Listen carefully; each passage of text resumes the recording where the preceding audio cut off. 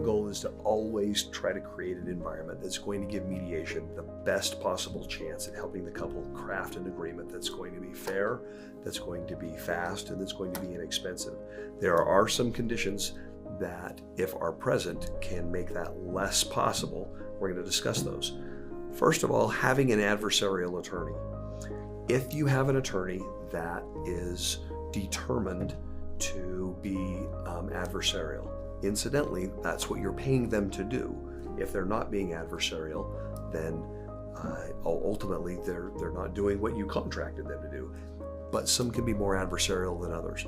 If they are determined to be adversarial, that is going to make the mediation process very difficult. Many attorneys do not like mediation, and in states where mediation is the law, they simply push their clients through that process very quickly, just so they can get their clients into a trial or a hearing as soon as possible. And that's very unfortunate. If you feel like your attorney is adversarial, that they are not being reasonable and that they're encouraging you too much to be adversarial, you might want to consider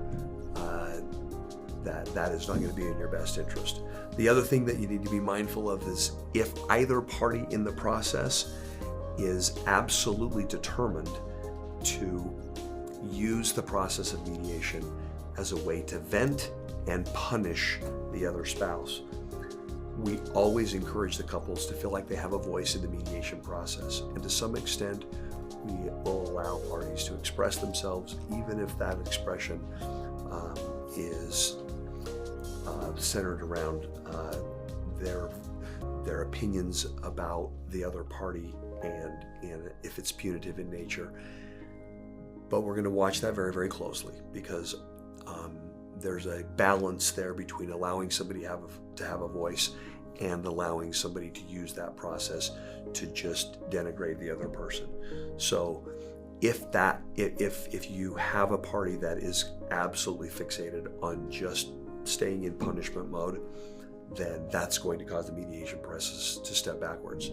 Lastly is if you have a situation where there is a third party that is involved in the mediation process, a mother-in-law, a friend, somebody that is outside of the divorce that has an extraordinary amount of influence, that continues to stir the pot, so to speak. If we identify that is happening, normally early in the intake process for mediation, we try to ask questions to identify if those kinds of individuals are going to be present. Not necessarily physically present during the mediation, but if they're going to be influencing one of the parties in between the mediation sessions, then we want to talk about that, because we don't want to take a step forward in mediation and take 10 steps backwards after we leave the mediation because that third party is trying to stir the pot. Those are some things to watch for when going through the mediation that will stall the process out and ultimately make it less successful.